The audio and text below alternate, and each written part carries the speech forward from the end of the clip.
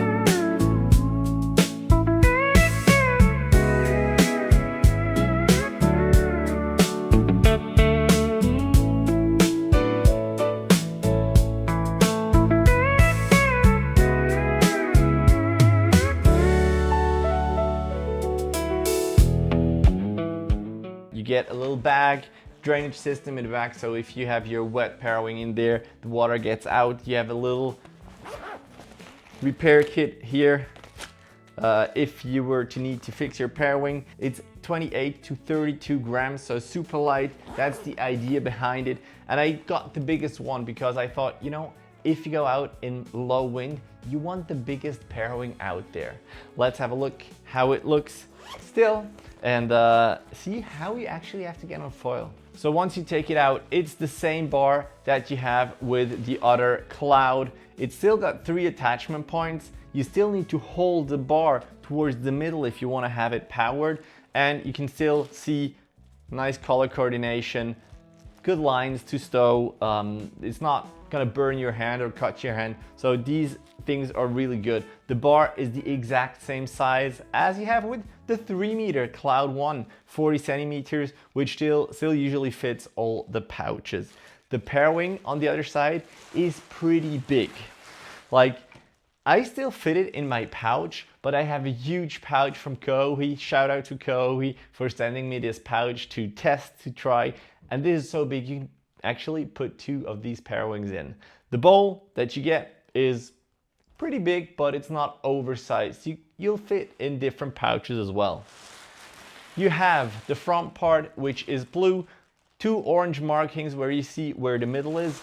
And then once you have the parawing, get up, you know, you feel it's a big one. The lines are on the longer side, it's more than 2 meters, the front line, and it just takes some time to turn and to maneuver. And that's the first thing. Let's take it out on the water. How does it taxi? And a huge parawing like that, especially in light wind, you want to take care of it. You want to move it like a little delicate thing that it is, because if you don't look out, it's going to drop in the water. And if a parawing like that is wet, even with the lightest material, it's going to be heavier, it's going to be harder to steer, and you're just going to lose your 2-3 knots from the low end that you actually gained because of the light material. And that's just what it is. So if you get on foil, try to keep it as dry as possible. Usually for me, that doesn't work. I fall in, or if I deploy it, you know, I don't take care and it just falls into the water. So these are some real life images from when I was out, and it was a little more than 10 knots. It was probably 12, 13 knots, something like that. Still on the low end, still for my weight, I'm 73 kilograms. This thing got me on foil. But let me explain you the technique about how to get on foil. So if you're taxing it, just take care that you don't backstall it too much, but also don't take it too much to the front lines because it might overshoot a bit and then lose its tension. It drifts quite well, but you know, just find that balance. And then for getting up on foil, that's the difficult part. And you're gonna struggle with it as you might have struggled when you started parawinging, because it's very technical. So first of all, you don't want to point too much downwind. If you point too much downwind and you start to accelerate with your apparent wind that is on the contrary to the real wind, you're actually gonna take away some of that wind power. So what you want to do is go at 90 degrees to the wind, maybe a little more, maybe just a smidge downwind, but don't go downwind as you would, you know, on waves on big days. So try to stay as much on 90 degrees as possible. If you accelerate and you feel like, well, after 2 pumps, you're accelerating, you're getting faster, go a little bit against the wind, just so you don't take wind out of your sail. And once you feel, all right, there's some things coming, try to pump as much with the legs as possible. For me, I'm an active pumper, man. I'm just gonna yank that parawing and it needs to hold. The longer the board is, the better, because you have more speed still in the water and you can get on foil easier like that. With this session here, I used the 950 area flare from Takoon. So not a huge foil, but not a super tiny foil either. This is the 85 liter Indiana Le Doigt board. If you're curious about it, somewhere up here is the review of that board.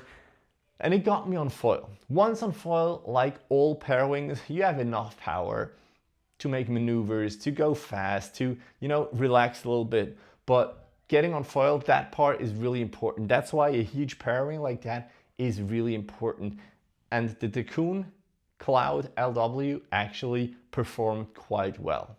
Now, if you have that technique down and are able to get on foil, the next thing is being overpowered, because it's a huge parawing. And if you're a bigger rider or riding with a harness, you just hook in and you can absorb a lot of energy. But if you don't have that and the wind starts to pick up even more, then you want to be able to depower, right? And that's where the clouds are really good. Like, the depower of the clouds is incredible. You have to hold it towards the B lines when having powered, but you can easily fly it way up front at the A lines, and the depower is phenomenal. It does not collapse. You're maybe not used to holding it that far back, but that's what you have to do with the cloud parawing. So depower is really good once you are on foil. Now for the maneuvers. The lines, as I said, are long, over 2 meters. And you cannot yank that parawing around like you do with other parawings. You gotta give it time. The problem is, if you start to jibe, there again, you take away wind that you don't have. So if you bear away to jibe, the apparent wind is gonna contradict with the real wind, and the parawing is gonna lose all its power. What I can recommend there is doing the handle pass, but with a long parawing like that, it is difficult as well. I would do the down loop, like take your parawing up, and then once you start turning with one big movement, big and slow movement, try to turn it around in a fluent movement and keep it back up like that. The big parawings, sometimes the ears or the wingtips, they catch the water and they start falling down. Maneuvers are difficult and you have to learn them again. Now this parawing is not just for the low wind, but it's also for your bigger, heavier riders. As I've said, I'm 73 kilos-ish. And if you are an 85, 90 kilo rider, then a parawing like that is really good because you want some grunt. You want some power to lift you up foil. The other big parawing that I have is the 777 7.3. It's the PT skin, the single skin, and I've used it in 10 knots, like really the low end. I used it with 1050 foil with a sub foil board, so a long board. Tried to find the maximum, the limit, and honestly, it worked. It was not super fun, but it worked. And if I were to compare these two, and it was really hard to find differences on paper. I'm gonna show you all the notes here, like the measurements I did, which was difficult already. Either of these work. The PT skin might have a little more low end, maybe because it is a little more high aspect or is a little bit more to the front of the wind window, so you don't have to point downwards as much as with the other one. But if the wind picks up or you are in the powered or overpowered zone, the PT skin, the ear tips start to point a little bit in, it starts to be a little bit unstable, whereas the LW is rock solid. So a little more low end with the PT skin, a little more high end with the LW. Something else that is noticeable, the 777 parawings have the harness that's already on there, which is nice. So if you get powered, you can easily hook in.